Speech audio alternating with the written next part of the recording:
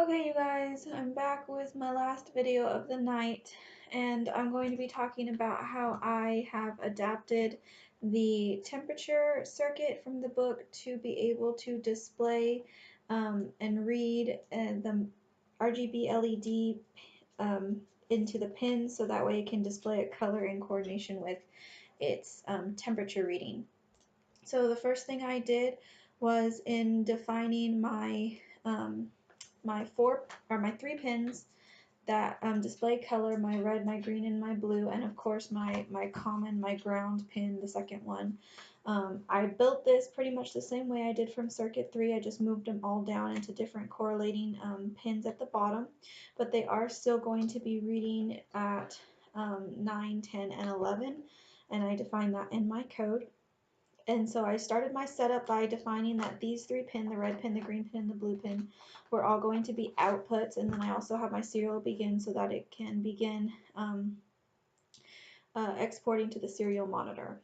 So I have my floats defined by my voltage so that I can display in the actual voltage, the degrees Celsius and the degrees Fahrenheit, and for the sake of defining the if, else if, and else statements, I'm using Fahrenheit to determine the color.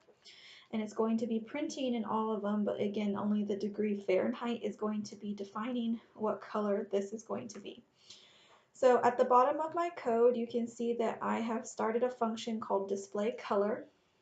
And the display color is going to correlate to the RGB LED by showing either red, blue, or green. It'll display a red color if the temperature gets above 100 degrees. That can be kind of like considered if, like ladies that have hair curlers or hot irons, that once it gets to a certain heat temperature, it stops heating, or if it gets to a certain temperature for a certain amount of time, it shuts itself off. And so that's kind of what's happening with the temperature and the LED right now at this point. If it's green, that means that it's between 80 and 100. So that means like it's a good temperature or green. And then if it's below 80, it's going to be blue. So if we read my if, and else statements, the first condition of if is if the temperature is reading at above 100 degrees, this will be the RGB LED will turn red. Else if, which is the second condition, and that's if the temperature is reading between 80 and 100, this will be blue. Or else, if it's below 70, it'll be green if it's between 80 and 100, and it'll be blue if it's under 80. So, plugging this in, and we'll see what the current temperature is. We'll go ahead and run this. Okay, no issues right now. And then we're going to turn on our serial monitor to see what the temperature is.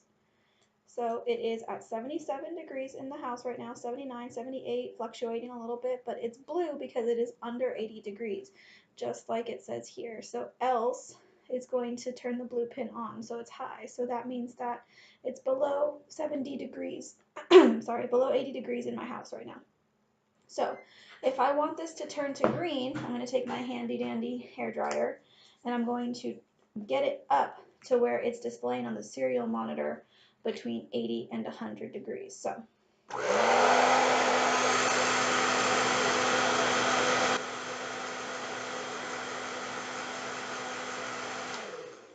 now you can see in my serial monitoring on my code video that the temperature has reached over 80, but it's not over 100 yet. So it's somewhere between 80 to 99.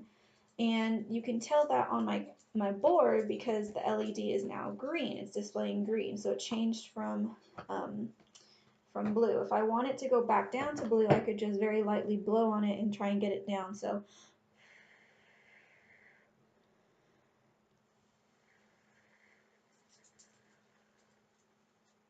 and there you go. It went back down under 80. So it's going to fluctuate now between 80 and 79, I'm sure. Yep, see, it's going right back and forth. So if I want to get it to above 100 degrees, I'm just going to hold the hairdryer on it for longer.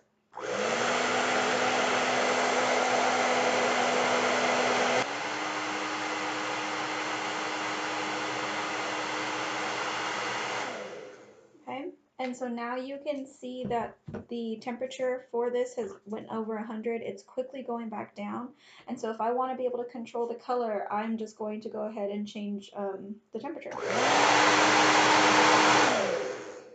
And it quickly went over 100 again, and then it's going to quickly come right back down, and soon it's going to turn back to green because it'll get under 100 degrees. And there we go. So this is how I controlled my temperature or I controlled the RGB LED light with the temperature sensor, and so that is my project.